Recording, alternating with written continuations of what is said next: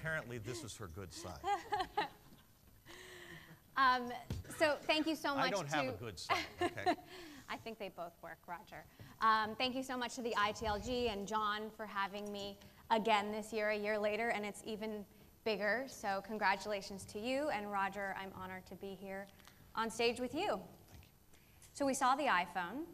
What other devices are you carrying? Any? So no, I still have a Palm Pre because I am nothing if not loyal. Wow. I have a BlackBerry. I take email very seriously, and the reality is, I mean, whether you want to admit it or not, they still do the best job with email. And I have 2 iPhones, one on Verizon, one on AT&T. That's because I'm an addict to baseball, and you know AT&T throttles you, as does Verizon. And so I need to be on both carriers in order to watch the whole game. So you can't get everything done that you want to do on even 2 iPhones? No, because iPhones suck for email. You're very bullish on Apple. How confident are you that Apple can continue to win without Steve under Tim? Well, somebody asked me before Steve died how they were going to survive him, and I said, okay, so let's just list, is there anything left after Steve? So they have the most cash, the highest margins, the lowest cost, the best products, the best people, and the largest market cap. Those are the only advantages they have at this point. Oh yeah, they got one other. They get to compete against Dell, HP, Samsung, and HTC. So, I mean, Apple's big problem now is the law of large numbers problem. And the way you think about it is at a $500 billion market cap, the question is how does it get to $1 trillion market cap?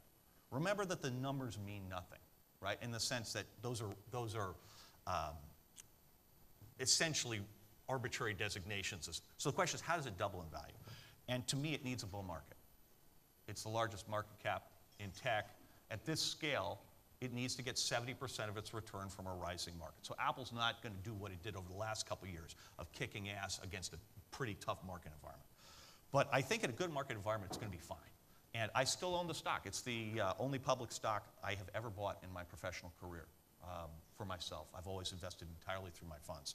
And it's the only one I own today. But that said, its best days as a stock are behind it. And I don't think its best days as a company are behind it by any means. I think that until somebody shows up and actually provides an indication that they understand what's going on. I mean, Apple's biggest problem is that Sand Hill Road and the venture capital industry in particular, but also most of the operating people are still going the wrong way. I mean, it's amazing to me how hard it is for people to understand what they've done. To me, the question today is very simple. Is there anything that the web can do in HTML5 that cannot be done on a native application? Because if the answer is yes, then HTML5 has a wide open opportunity. If the answer is no, then HTML5 is going to have to compete purely on economics. The fact that you bypass the App Store and you bypass the 30%. That may be enough. It's certainly enough for the Wall Street Journal and the New York Times. Whether it's enough for the web as a whole, I don't know. But, I would rather be Apple than anybody else, for sure. Who could take on Apple? Can anyone make us forget about the iPhone? No, but that's not the point, right? I mean, maybe that's the point in your line of work. It surely isn't in mine.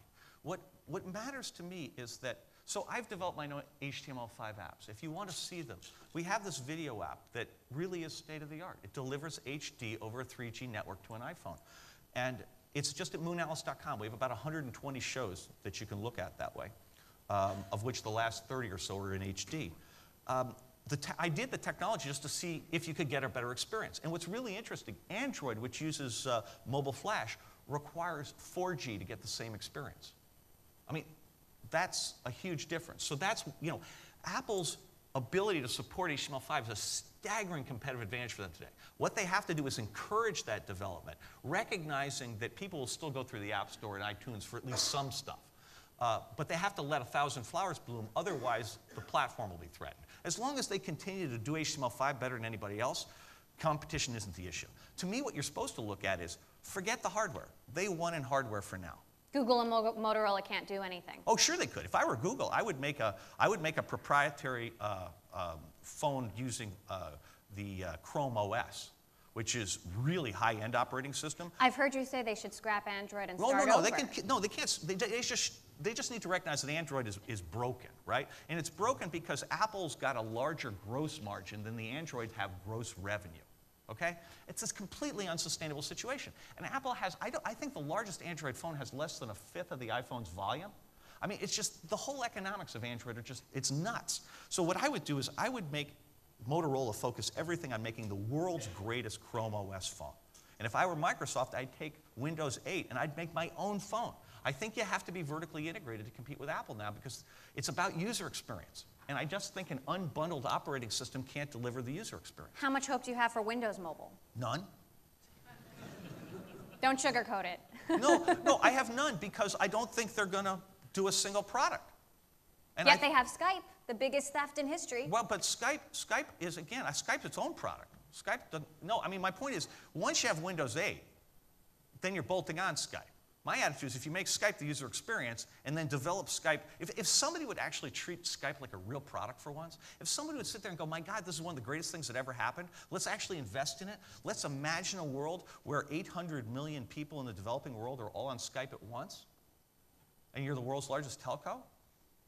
I mean, to me, that's the obvious thing to do. And what I find so troubling as I look around is that we're still making widgets, right? We're still making things like Pinterest. And I don't want to pick on them because there's nothing wrong with Pinterest. I mean, obviously people love it. But what I look at is we're at a moment in time now where you can change people's lives. We had an Arab Spring. Why aren't we making Arab Spring products? What I'm talking about is that. I'm talking about the fact that the power of the press is now held by the individual. The power of ideas can be amplified by individuals. And there's a huge economic opportunity in supplying them. Let me use the music industry as an example. There is so much more money spent by the people who post their music on MySpace and other sites than there is spent by people to buy pre-recorded music. The music industry is totally dead, right? The money is in the creative side. Well, the same thing is true all over technology. What you're supposed to be doing now is selling people the tools to express themselves, broadly defined. In entertainment, give people tools to make their own video games. Give people tools to make, do cooler things with their slides and their videos and all that. Give people the opportunity to spread what they want to do. And you look at Pinterest, you say, well, that's what it does. And I go, no. What Pinterest does is collect a lot of crap. What you really want to do here is tools that allow me to be me, not me to be one of a billion people in Pinterest. What about tablets? The new iPad comes out this week. Still Apple versus everyone else, Quick question. How many people have ordered an iPad already? iPad 3. Whoa. Okay, the rest of you guys, seriously. This is where it's happening. If you're not using the product, you cannot possibly understand what's going on. This thing really matters. Embedded 4G, I think, really is a significant thing. And I look at this, and I don't care what you think about Apple. Any kid under the age of 7 thinks that's a computer. And that's some definition of a computer. To a first approximation, and I don't see anybody doing anything interesting. That's what we wanted to do at Kindle Fire? No. So I look at Kindle Fire and I go, so anybody got a Kindle Fire? Here's the quick test. Next time you fly to Seattle, do a count, because Seattle's the only route where you're going to see them. How many people are using a Kindle Fire on the plane? Right? That's the test. You saw the data, right? Kindle's got all this network traffic relative to the iPad, right? Well, the reason is because it has no apps. So everything requires a call. It's a really slow, really expensive way of doing things, okay? And it's essentially a mediocre browser on a very heavy, not very large display. And, I look at this, and I'm a member of Amazon Prime, so I get 1,000 movies in low res for free. Is that worth $200? Not really, right? What else am I doing with it? Well, I carry it in my briefcase. And the thing that's most interesting to me is I can't find a use case where I wouldn't rather use my iPad. I mean, I was on vacation. I read 16 novels on my vacation, all of them on the Kindle, even though I had my Fire with me, So, no, I think the Fire has a market. I'm a huge believer in Kindle. So I think the Kindles are their really clever tablet. And I think that Kindle's going on forever. I think it's hard to say on Fire. I'm not a huge fan. When might someone else catch up in tablets? I don't even see anybody trying. That's my point. If you don't start with an operating system and an integrated development strategy, there's no point in even showing up. I just talked to Michael Dell. He said they're coming out with a Dell tablet when Windows 8 comes out. I mean, I'll tell him you said that. Well, no, hang on. You don't need to tell him. I'll tell him I said that. I don't have any problem telling him. I mean, seriously, how many times do you need to make the same mistake before you realize that it's not going to work? It's too late for that. Look, you have to change the subject. You have to find a use case Apple doesn't get right. And I don't think it's going to be spreadsheets and word processing. Maybe call me old-fashioned, but I don't think that's going to happen. Now let's talk about how this impacts your investing strategy. You obviously have very strong opinions about the direction that technology is going. You have a swing for the fences investment strategy, a small all-star team making very few bets. How is that strategy evolving as the environment evolves? Well, so Elevation is a very, very small team. Our first fund, where we had 1.9 billion assets, we made only 8 investments. And I'm a huge believer that diversification is both the bane of, it minimizes your returns and it raises your risk. Because if you go back over the history of Silicon Valley, you get about 8 IPOs a year on average.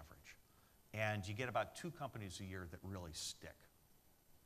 And my experience is it's a lot easier to find the 2 if you spend all your time looking for the 2 than if you invest in 50 hoping you get the 2. And so we managed to get out of 8 things, both Yelp and Facebook. We also did Palm, right? We managed to do it in a way that didn't cost us any money, which was nice. We did Forbes, that didn't work out, but it's worked out in learning a lot of things. So you do things, some work, some don't. My belief is watch the basket, right? Put all your eggs in one basket and then have Avi Tavanian to help them get the software right, have Fred Anderson to help them get the finance stuff right, me to help them with the strategy, and Bono to sing the songs. And that strategy seems to be working out okay. So all we're doing is we're aiming at the hypernet, right? I think the world's come to us, not the other way around. And I look at it and I go, we're not a competitive threat to anybody, right? Because if we come into your company, we're going to do a lot of the work. And, but the flip side is, we're also not going to compete with you because I make an investment about every 3 years. And, the last one I did was Wordnik. And, I don't even know when the next one's going to be. And I don't care. I'm not in any rush. This is going to last for 20 years.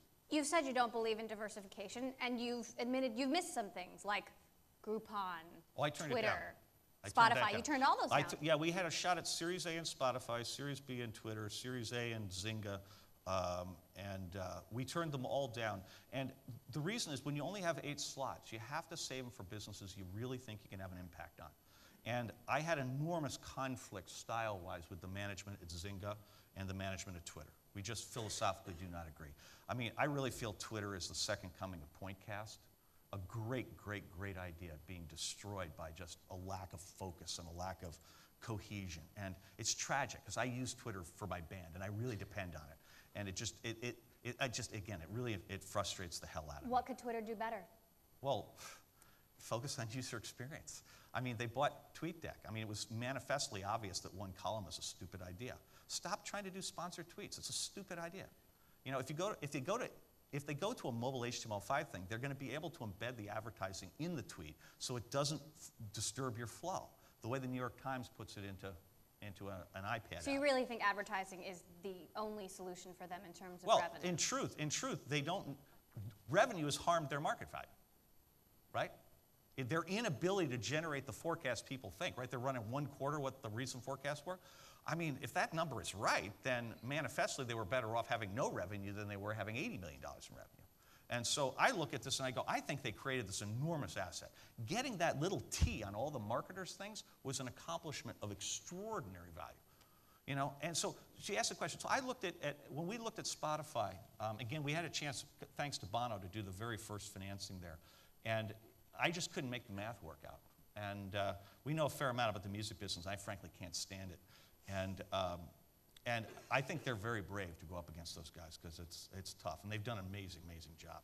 But the point is, it doesn't matter that I pass on these things, right?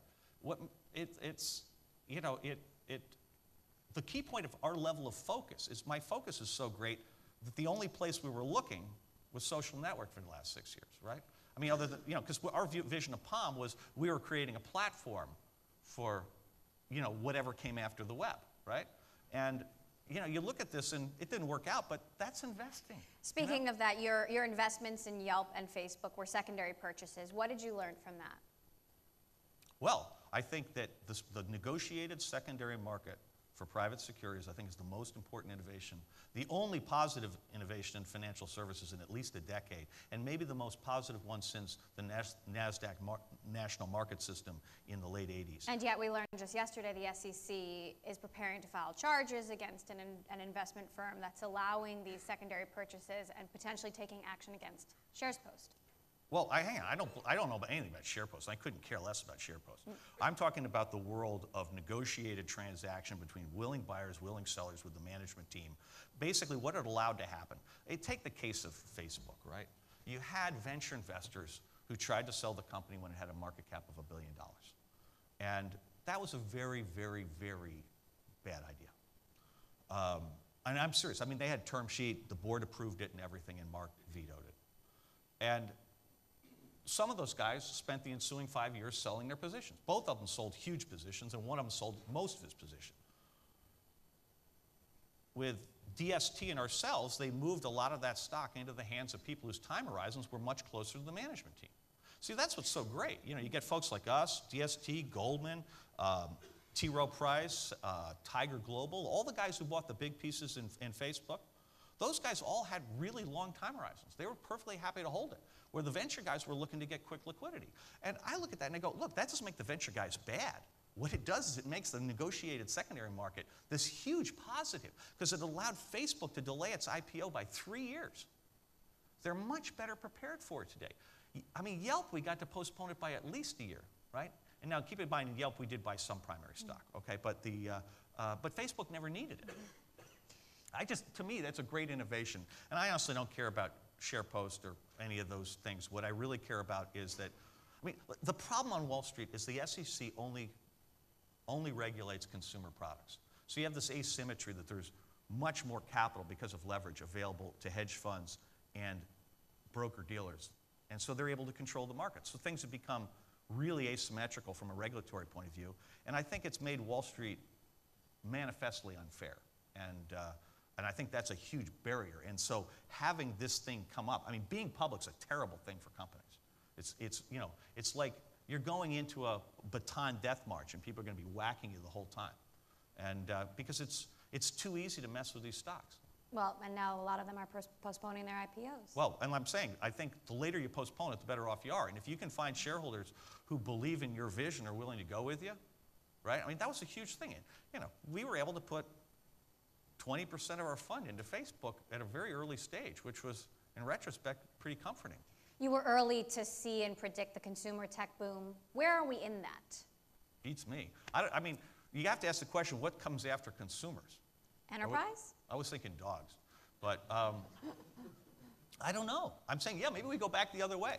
I don't know. But what I know is that children under the age of 6 have a totally different relationship with technology than their older brothers and sisters, and way different from us. And I don't want to predict what that's going to do. But I think the notion of consumer technology, I mean, I think we can get rid of the word consumer. Just recognizing it's aimed at people, it's just going to be technology. What's the next wave of social? You say the first wave is over. Oh, I think social is now a cost center. Think of it this way. In order to get any new thing to happen, you have to nail mobile and you have to nail social. So they're now the ante. It used to be if you did social, that was all you needed to do to be successful. But now everybody's got social. So it's a cost center. It's hard to do. It's critical. Again, the things I'm looking at from a design point of view, if they come to me with a laptop and show me the design, the meeting's over right then. I only want to see designs that work on this, that are optimized for this. I mean, any mobile thing. I don't give a shit what mobile thing it is. But if you're not thinking small screen and a wireless connection, I think you're not aiming at the part of the market I'm interested in. Doesn't mean there aren't other opportunities. I'm sure there are millions of others. I'm so narrowly focused that, you know, I don't touch most of what's going on. But I am trying to narrowly focus on what I think is going to happen. So where is your narrow focus looking now? Where do you think, last question, where is innovation going to come from? In the valley, in the world? So imagine this. If I'm right about rising production values as the next big trend, remember, it won't be the content creators already exist. And the ones that are branded already have a customer base. Their problem is getting everything into the right format to deliver it, okay? So I'm looking for guys who have the equivalent of an app server, such that I can take my content buy this guy's piece of software and just have it magically converted into all the right HTML5 formats for every device that's out there, right? That would be a fantastic problem. But that is an enabling technology. So to me, the model I'm looking for is companies that are architected the way Adobe was architected in 1984. They own a critical piece of enabling technology that they can give away in exchange for then selling the apps that allow you to leverage the thing, okay? That's where I'm going. And so you see things like, you know, the only thing I'm invested in on that is WordNick, which is literally, we're trying to recreate the Adobe for HTML5, because HTML5 does nothing to allow for both value add to the look and feel of your text, much less protecting as it goes around the web. And WordNick will solve both of those problems.